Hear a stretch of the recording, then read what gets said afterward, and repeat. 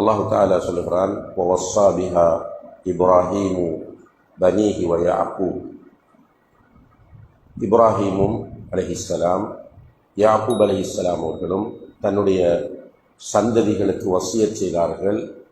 இன்னல்லாஹ் அஸ்தஃபா லக்குமுத்தீன், நிச்சயமாக அல்லாஹ் இந்த மார்க்கத்தை உங்களுக்கு தேர்ந்தெடுத்துள்ளான். வலா தமூதுன்ன இல்லா வ அன்தும் முஸ்லிமூன், நீங்கள் முஸ்லீம்களாக அன்றி மரணிக்க வேண்டாம் என்று அல்லாஹு தஆலா இந்த வசனத்திலே சொல்லி காட்டுகிறார். இப்ராஹிம் அலைஹிஸ்ஸலாம் அவர்களை அல்லாஹு தஆலா மூமின்களாகிய நமக்கு முன்மாதிரி என்று குர்ஆனிலே சொல்கிறார். அவரை பின்பற்ற சொல்லி அல்லாஹு தஆலா சொல்கிறார். அவர்கள் தன்னுடைய பிள்ளைகளுக்கு செய்த வசியத்,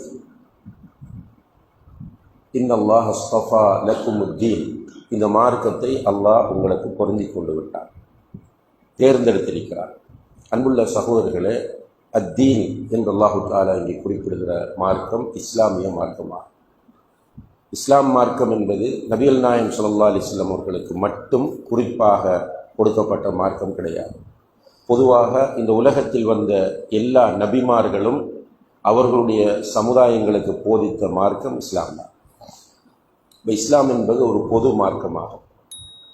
அல் குர்ஆனில் வேறு சில இடங்களிலே அல்லாஹ் சொல்லும்போது, இன்ன தீன இந்தல்லாஹில் இஸ்லாம், நிச்சயமாக அல்லாஹ்விடத்தில் மார்க்கம் என்றால் அது இஸ்லாம் தான் என்று சொல்கிறார். அதே போல வரதீது லக்குமுல் இஸ்லாம் தீனா, இஸ்லாத்தை உங்களுக்கு மார்க்கமாக நான் பொருந்தி கொண்டேன் என்று சொல்லி காட்டுகிறார். வமை யப்தகி கைரல் இஸ்லாமி தீனன் ஃபலன் யுக்பல மின், இஸ்லாம் அல்லாத ஒரு மார்க்கத்தை ஒருவர் தேர்ந்தெடுப்பாராக இருந்தால் அவரிடமிருந்து அது ஏற்றுக்கொள்ளப்படவே மாட்டாது. வஹுவ ஃபில் ஆখিরাতি மினல் காசிரீன், நாளை மறுமையிலே அவர் நஷ்டவாளிகளில் ஒருவராக இருப்பார் என்று சொல்லி காட்டுகிறார். எனவே அல்லாஹ்விடத்தில் அங்கீகரிக்கப்பட்ட ஒரே மார்க்கம் இஸ்லாமாகும். இஸ்லாம் அல்லாத மார்க்கங்களை சிலர் வாதிட்டு கொண்டிருக்கிறார்கள். குறிப்பாக இப்ராஹிம் அலைஹிஸ்ஸலாம் அவர்களை ஏற்றுக்கொள்ளக்கூடியவர்கள், இப்ராஹிம் அலைஹிஸ்ஸலாம் அவர்கள் யஹூதியாக இருந்தார், நஸ்ரானியாக இருந்தார் என்றெல்லாம் சொல்கிறார்கள். அல்லாஹ் அதற்கு மறுப்பு சொல்கிறான், மா கான இப்ராஹீமு யஹூதியன் வலா நஸ்ரானியன், இப்ராஹீம் யஹூதியாகவோ நஸ்ரானியாகவோ இருக்கவில்லை. வலாக்கின் கான ஹனீஃபன் முஸ்லிமன், அவர் ஹனீஃபாகவும் முஸ்லிமாகவும் இருந்தார். இந்த ஹனீஃப் இந்த சொல் நாம் அடிக்கடி அத்தஹியாத்திலெல்லாம் வஜ்ரத்திலெல்லாம் ஓதக்கூடிய சொல்லாகும். இந்த ஹனீஃப் என்ற சொல்லக்கூடிய அர்த்தம் ஷிர்க்கிலிருந்து விடுபட்டு தௌஹீதில் ஒரு மனிதன் இருப்பதை குறிக்கும். பாத்திலிருந்து விடுபட்டு சத்தியத்தில் ஒரு மனிதன் இருப்பதைத்தான் ஹனீஃப் என்கிற சொல் குறிக்கும். இப்போ இப்ராஹிம் அலைஹிஸ்ஸலாம் அவர்கள் ஷிர்க் இல்லாத, பாத்தில் இல்லாத ஒரு முஸ்லிமாக இருந்தார்கள் என்று அல்லாஹு தஆலா அல் குர்ஆனிலே அவர்களை பற்றி அறிமுகப்படுத்துகிறார். வஸ்ஸா பிஹா, அதை இப்ராஹிம் வசியத் செய்தார் என்றால் இன்னி அஸ்லம்து லிரப்பில் ஆலமீன் என்று அதற்கு முன்னால் உள்ள வசனத்தில் அவர்கள் சொல்லி காட்டுகிறார்கள். சர்வ உலகங்களின் இரட்சகனான அல்லாஹுக்கு கட்டுப்பட்டு முஸ்லிமாக நான் மாறிவிட்டேன். அதுதான் அவர் தன்னுடைய சந்ததிகளுக்கு செய்கிற வசியத்தாகும். எனவே அன்புள்ள சகோதரர்களே, நாம் முஸ்லிமாக வாழ வேண்டும். இதில் பிரதானமாக அல்லாஹு தஆலா நமக்கு தந்திருக்கிற மிகப்பெரிய ஒரு நிஅமத் இந்த இஸ்லாம் என்பதை நம்ம ரியலைஸ் பண்ண வேண்டும், புரிய வேண்டும். நிறைய பேர் அப்படி புரியல, ஏதோ தற்செயலாக நாம் முஸ்லிம்களாக இருக்கிறோம் என்பது போல தான் நினைத்து கொண்டிருக்கிறோம். ஒன்றினுடைய பெருமதி புரிந்தால்தான் அதனுடைய முக்கியத்துவம் நமக்கு புரியும். இப்போ இஸ்லாம் அல்லாஹ் தந்திருக்கிற மிக பெருமதியான ஒரு நிஅமத்தாகும். அல் யௌம அக்மல்து லக்கும் தீனக்கும் வ அத்மம்து அலைக்கும் நிஅமதி, என்னுடைய நிஅமத்தை உங்களுக்கு நான் பூரணப்படுத்தி விட்டேன். இங்கே நிஅமதி என்று அல்லாஹ் சொல்வது மார்க்கத்தை. அல்லாஹ் தந்த பெரிய ஒரு நிஅமத் இந்த இஸ்லாம் நமக்கு. உண்மையிலே அன்புள்ள சகோதரர்களை, இந்த உலகத்தில் நம்ம வாழுகிறோம், பிறக்கிறோம், வளர்ந்து வருகிறோம், ஸ்கூல், காலேஜ், யூனிவர்சிட்டி என்று படிக்கிறோம், சம்பாதிக்கிறோம், நிறைய பணம் தடுக்கிறோம், பதவிகள் கிடைக்கின்றன, சொத்துக்களை சேர்க்கிறோம், வயதும் போய்கொண்டிருக்கிறது, நிறைய சொத்து கிடைத்து விட்டது, நிறைய படிப்பு வந்து விட்டது, நிறைய செல்வாக்கு இருக்கிறது, நிறைய அதிகாரம் இருக்கிறது. அடுத்தது என்ன? நிறைய பேர் இன்றைக்கு சூசைட் பண்ணுகிறார். பெரும் பெரும் கோடீஸ்வரர்கள் சூசைட் பண்ணுகிறார், தற்கொலை. ஏனென்றால் அவர்களுக்கு லைஃப் என்றால், வாழ்க்கை என்றால் என்னென்று புரியவே இல்லை. போதை, எவ்வளோ காலத்துக்கு போதையில் இருக்கிறது, விபச்சாரம் எவ்வளோ காலத்துக்கு விபச்சாரத்தில் இருக்கிறது. இந்த உலகத்தில் உண்மையிலேயே எதுவும் நிரந்தரமான ஒன்று இல்லை, எதுவுமே நிரந்தரம் கிடையாது, போய்கொண்டே இருக்கும், மாறி மாறி வந்து கொண்டிருக்கும். தில்கல் ஐயாமும் நுஜாவிலுஹா பைனன்னாஸ், அந்த காலச்சக்கரத்தை நாம் மாறி மாறி சுழலச் செய்வோம், மாறி மாறித்தான் சுழன்று கொண்டிருக்கிறது. ஒவ்வொரு நிலையையும் எடுத்து பாருங்கள், நம்முடைய நிலைகளை. சில நேரம் நல்ல வசதியோடு இருப்போம், திடீரென கையில் ஒன்றும் இல்லாமல் போகும். சில நேரம் ஒரு ஏழ்மையான குடும்பத்தில் பிறந்திருப்போம், நாமெல்லாம் ஒரு வசதி உள்ளவர்களாக மாறுவோமா என்று நினைக்கிற போது வசதியை தருகிறான் அல்லாஹ் தஆலா. சில நேரங்களில் சில பொறுப்புகள் நம்ம எதிர்பார்க்காமலேயே வந்து விடுகிறது, திடீரென அந்த பொறுப்பு போய் விடுகிறது. குழந்தை கிடைக்காது என்று டாக்டர் சொல்லிக் கொண்டிருப்பார், ஆனால் அல்ஹம்துலில்லாஹ் திடீரென குழந்தை கிடைக்கிறது. வளர்ந்து கொண்டு வருகிற போது குழந்தை மௌத்தாகி விடுகிறது.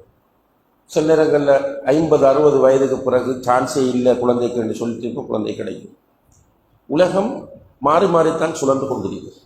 இந்த மாறி மாறி சுழலக்கூடிய உலகத்தில் 950 வருடங்கள் ஒரே ஒருவர் தான் வாழ்ந்தார், நூஹ் அலைஹிஸ்ஸலாம் அவர்கள் மட்டும். நபி ஸல்லல்லாஹு அலைஹி வஸல்லம் அவர்களுடைய வருகைக்கு முன்னால் உள்ளவர்களுடைய வயதெல்லையை பற்றி அல்லாஹ் தஆலா எதுவும் சொல்லவில்லை. ஆனால் நபி ஸல்லல்லாஹு அலைஹி வஸல்லம் அவர்களுடைய உம்மத்தினருக்குரிய வயதை அல்லாஹ் லிமிட் பண்ணிவிட்டார். அமாரு உம்மத்தி மா பைன 60 வ 70, என்னுடைய உம்மத்தின் வயது 60க்கும் 70க்கும் இடைப்பட்டது, மேக்சிமம் இவ்வளவுதான். அதிலும் ஒரு 30-35 வயதாகும் போது பலவீனம் அடைகிறோம், நோய் வருகிறது. 40 ஆகும்போது நமக்கு நோய் கொடுக்கிறது. 50-60 ஆகும்போது ஒன்றும் முடியலை, நம்மளால் நிறைய இறுக்கி சாப்பிட முடியலை, அழகான பெட்ரூம் இருக்கு, தூக்கம் இல்லை, எல்லாம் இருக்கு, மன நிம்மதி இல்லை. என்ன பிரச்சனை என்றால் நமக்கென்று இந்த உலகத்தில் இருக்கிற வழிகாட்டல்களை நம்ம கண்டுகொள்ளவில்லை. இந்த உலகத்தில் இருக்கிற இந்த 65-70 வருடங்கள் நம்ம வாழ்வதற்கான அழகான வழிகாட்டல் இஸ்லாத்தில் மட்டும்தான் இருக்கிறது. எல்லாம், அதாவது இந்த நம்முடைய நிலைமை என்னென்றால் குருடன் யானை பார்த்த கதை என்று சொல்வார்கள். ஒருவன் காலை பிடித்து பார்த்துவிட்டு இந்த யானை உரலை போன்றது என்று சொன்னாராம். இன்னும் ஒருவன் காதை தொட்டு பார்த்துவிட்டு யானை சுலகு போன்றது, சுலகு சொல்ல அரிசி படைக்கிறதுக்கு சுலகு போன்றது என்று சொன்னாராம். இப்படி யானையின் ஒவ்வொரு பார்ட்ஸையும் தொட்டு தொட்டு பார்த்துவிட்டு இதுதான் யானை, இதுதான் யானையுடைய வடிவம் என்று சொல்வது போல நாமும் என்ன நினைத்து கொண்டிருக்கிறோம் என்றால், இஸ்லாம் என்று சொன்னால் சிலர் நினைக்கிறார்கள் 5 வக்து தொழுவது ஹலாஸ், 5 வக்து மாஷா அல்லாஹ் ஜமாத்தோடு தொழுவார். வேற ஒரு இஸ்லாம் அவரிடம் இருக்காது. இன்னும் சிலர் நீங்கள் பார்த்தால் இந்த தொழுகை 5 வக்தில் தொழுகை என்பது கொஞ்சம் தொழுதுட்டோம்னா ஓகே. அதிலையும் சிலருடைய மென்டாலிட்டி என்னென்னா வெள்ளிக்கிழமை தொழுதா போதும், பெருநாள் தொழுதா போதும், அல்லது நிக்காக பள்ளியில் வச்சுட்டா போதும், அல்லது நிக்காக நடக்கும்போது ஒரு ஒரு மௌலவியை கூட்டிட்டு போய் அந்த ஃபங்க்ஷனை நடத்தினா போதும், அல்லது ஜனாசா என்று வந்தால் அதில் ஒரு மௌலவியை முன்னிலைப்படுத்தி தொழுகை நடத்தி அழைக்கினா சரி. இப்படி ஒவ்வொருவரும் இஸ்லாமை அவருடைய விருப்பத்திற்கும் அவருடைய டேஸ்ட்டுக்கும் பார்த்து கொண்டிருக்கிறார்களே தவிர இஸ்லாமை ஒரு லைஃப் ஸ்டைலாக பார்ப்பவர்கள் மிக குறைவு.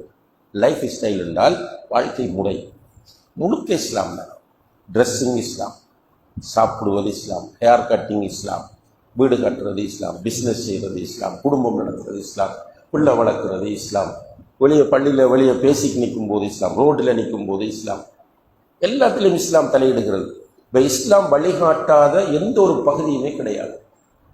ஆனால் நீங்கள் நல்லா பாருங்கள், இன்றைக்கு முஸ்லீம் என்று சொன்னால் யார் என்று பார்த்தால் பொதுவாக இந்த 200 கோடி முஸ்லீம்கள் இருக்கிறார் உலகத்தில் சுமார். அதில் நம்ம பார்க்குற முஸ்லீம்கள் யார்? தொழுகையாளிகள். இந்த தொழுகையாளி முஸ்லீம்களுடைய நிலைமைகளை பார்த்தீங்க என்றால் நிறையவே சோதனையான நிலை தான்.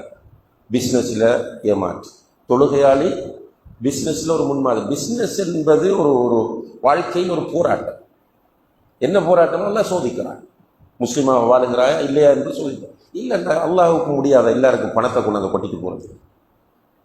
அல்லாஹ் கதீர், காதிர், முக்ததிர், அவருடைய பேர்கள் அல்லாஹ் எல்லாவற்றுக்கும் மாற்றும். குர்ஆனில் அன்புள்ள சகோதரர்களே 30க்கும் மேற்பட்ட இடங்களில் சொல்கிறான் அலா குல்லி ஷைஇன் கதீர், எல்லாவற்றுக்கும் ஆற்றல் உள்ளவர். ஒன்று நடக்க வேண்டும் என்று தீர்மானித்து விட்டால் குன், இவ்வளவுதான், ஃபயகூன், ஆகு என்று சொன்னால் ஆகி. அல்லாஹ்வுக்கு என்னையும் உங்களையும் பணக்காரனாக்க இயலாதா? உலகத்தில் உள்ள எல்லோருக்கும் பணத்தை கொட்ட முடியுமா? முடியாது. அல்லாஹ்வுக்கு முடியும். ஆனால் அல்லாஹு தஆலா சிலருக்கு கொடுக்கிறான், சிலருக்கு கொடுக்காமல் விடுகிறான். சிலருக்கு லிமிட் பண்ணி கொடுக்கிறார். என்னென்னா எல்லாமே சோதிக்கிறான். நீ இந்த இடத்தில் முஸ்லீமாக வாழுகிறாயா? ஒருவர் திருமணம் முடிக்கிறார், மஷா அல்லாஹ், அடுத்த வருடமே குழந்தை கிடைக்கிறது. இன்னும் ஒருவர் திருமணம் முடித்து 10 வருடம் 15 வருடம் போகிறது, குழந்தை இல்லை. நீ இந்த இடத்தில் முஸ்லீமாக இருக்கிறாயா இல்லையா? அந்த சோதனை என்ற வார்த்தையின் அர்த்தமே அதுதான். வல நபுலுவன்னக்கும், உங்களை நிச்சயமாக நாம் சோதிப்போம் என்றால் அதனுடைய அர்த்தம் நீங்கள் முஸ்லீமாக வாழுகிறீர்களா இல்லையான்னு சோதிக்கும். அதுக்காகத்தான் லிமிட் பண்ணியிருக்கிறார். ஏஜ் 60-70 வருடம், ஒரு 200 வருடங்கள் வாழக்கூடிய வாய்ப்பு அல்லாஹ் வச்சிருந்தா ஒரு நல்லவனை காண முடியாது இந்த உலகத்தில். எல்லாம் மென்டலாக இருப்பான். இந்த சோதனைகளை எதிர்கொள்ள தெரியாது. சோதிப்பது நீ முஸ்லீமாக இருக்கிற ஒரு முஸ்லீம் என்ன செய்வார்? சோதனை வந்தால் நிலை குலைந்து, விரக்தி அடைந்து, ஸ்ட்ரெஸ் ஆகி, டிப்ரெஷன் ஆகி, ஒரு டாக்டர்கிட்ட போய், ஒரு சைக்காலஜிஸ்ட்கிட்ட போய் இப்படி அலைவார் அவர் முஸ்லீம்.